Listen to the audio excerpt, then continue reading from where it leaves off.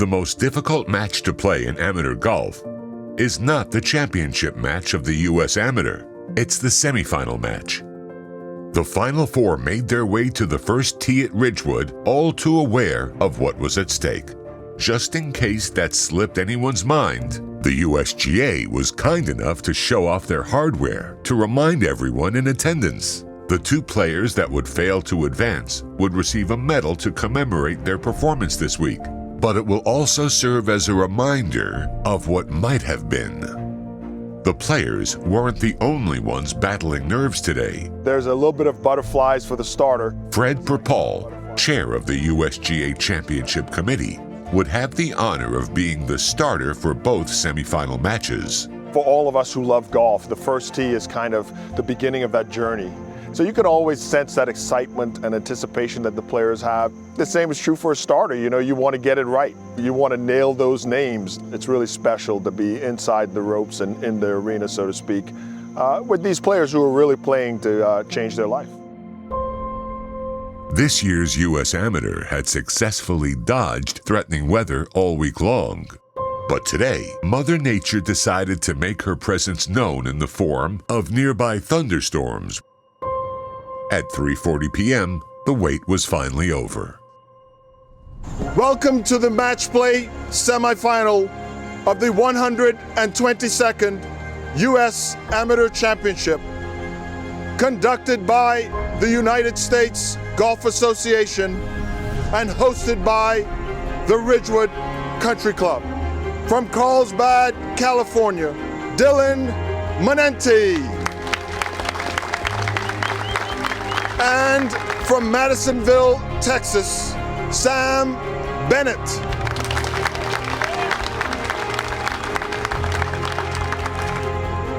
Dylan Manenti has the honor.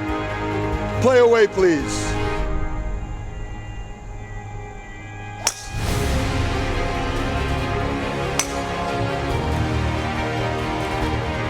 The first half of the match between Bennett and Manenti saw very few fireworks, so at the turn, the match was tied.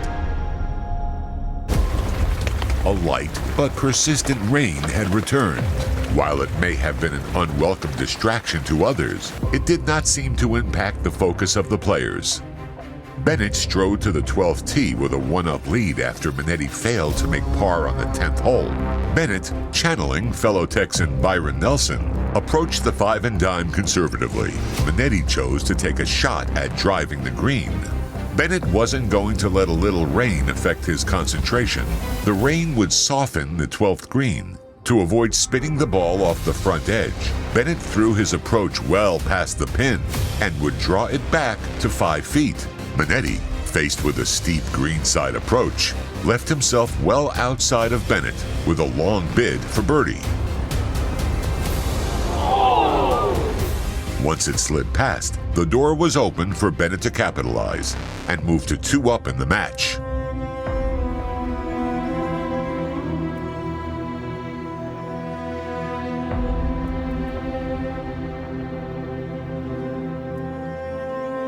Par 5s tend to produce fireworks in match play, but that wasn't to be on the 13th hole.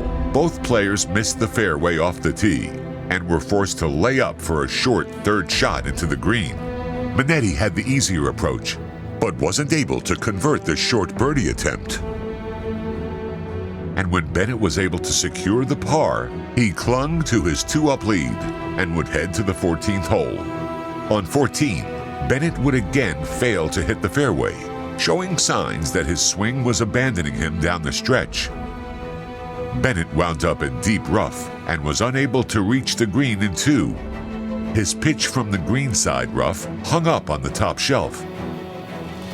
Manenti made a routine par thanks to his well-judged approach putt and would carve Bennett's lead in half. Manenti had the momentum as he strode to the 15th tee, only 1 down in the match.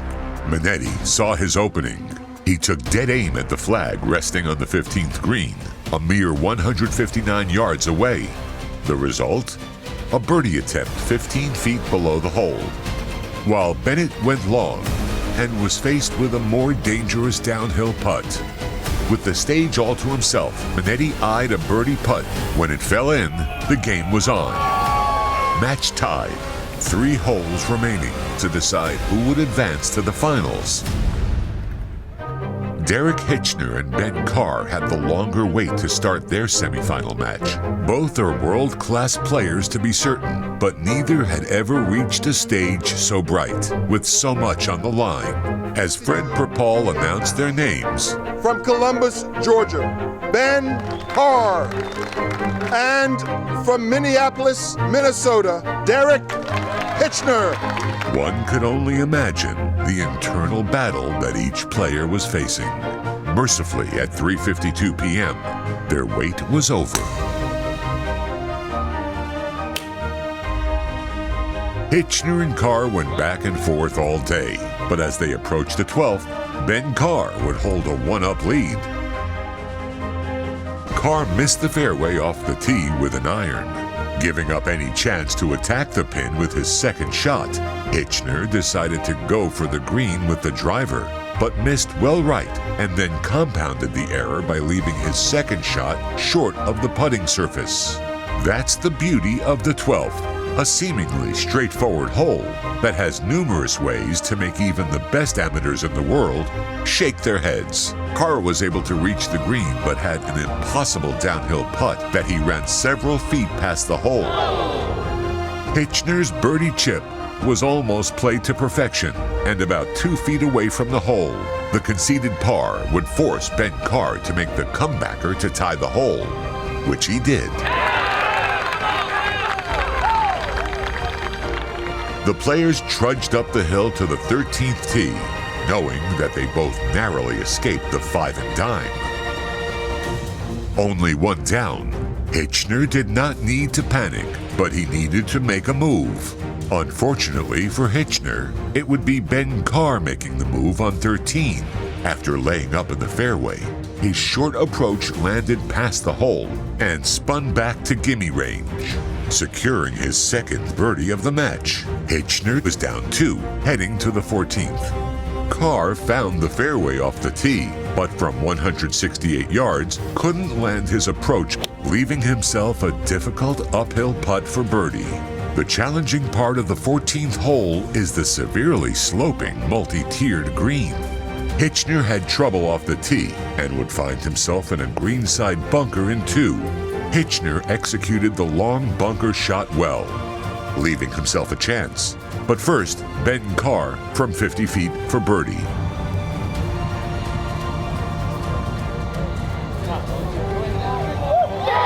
He now moves to 3 up with just 4 holes to play as the sun starts to set on Hitchner's chances. Manenti had won back-to-back holes and stood even with Bennett on the 16th tee. Both would miss the fairway, but would be able to reach the green in regulation. Not everyone felt the weight of the moment, however, as kids raced down the fairway in front of Bennett, enjoying a late Saturday afternoon at Ridgewood, oblivious that one of these players would gain a spot in next year's U.S. Open. Tension mounted on the green, not the best recipe for clutch putting. Both would make par and move to the dramatic uphill par 5 17th, locked in a tie. Manenti still had the honor and found the fairway off the tee, position A. Bennett would again miss to the right and find the worst lie of the match at the most inopportune time. His caddy and coach, Brian Cortan, helped Bennett plan his escape. If he could avoid the trees, he might be able to set up a shot into the green. His shot escaped the trees, but found the left fairway bunker. With Manenti just 20 yards short of the green in 2, Bennett knew he needed to produce a shot to get him back into the hole. And from 179 yards, with a 7-iron, he did just that. Bennett had put himself just 12 feet away for birdie, flipping the momentum of the hole and the match. Whether or not Bennett's magic act affected Manenti, we will never know, but his chip ran well past the hole and would leave a delicate downhill birdie putt that would ultimately miss low and right. Nobody thought Bennett would be in a position to win the hole and take a one-up lead after he hit his drive. But there he was, with 12 feet for birdie, with an opportunity to deliver the signature moment of the match.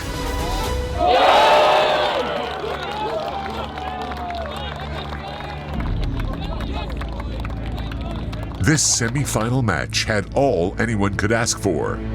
Bennett drilled a perfect drive. Manenti would find tree trouble on the right. Both started their walk down the home hole. Bennett told Cortan that he just needed one more good 7-iron. If there was any doubt in the quality of the shot, you could just watch Bennett's reaction as the ball flew straight to the middle of the green. Manenti did what he could from the rough, but he was left with a chip that he had to make. Manenti looked to pull off the miracle. He threw his chip past the hole, and for a split second thought it might have a chance, before drifting away. That would leave Bennett with 2 putts to move to the United States Amateur Final. The quality of the match was as advertised, fiercely contested until the end. Bennett would move on and await his opponent, while Manenti would find solace in the company of family and friends.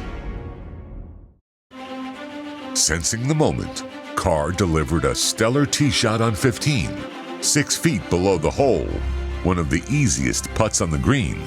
Hitchner rose to the challenge as well, leaving himself a straightforward 20-footer for birdie. He needed to apply pressure, but again, failed to convert. That cleared the stage for Carr.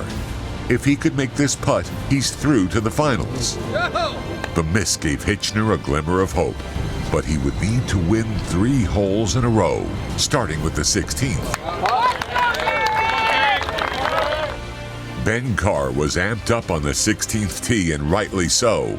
That is why he uncharacteristically missed the fairway to the left. Hitchner, on the other hand, set himself up perfectly off the tee. From 135 in the middle of the fairway, staring into the sun, he found the green, knowing that he would most likely need to make birdie to keep the match alive. Carr would lag close, guaranteeing his par. Hitchner, with his U.S. amateur life hanging in the balance, had to make to extend the match. When he missed, reality sunk in for both players. One had fought valiantly and failed, the other slowly realizing that life would never be the same. I mean, this has been a really special week, and I'm going to wake up tomorrow focused with every intention of defeating this golf course and hopefully winning that trophy. Man, I'm really excited for tomorrow, and it's going to be fun, and it's a great opportunity, and I'm happy to be able to put myself in it.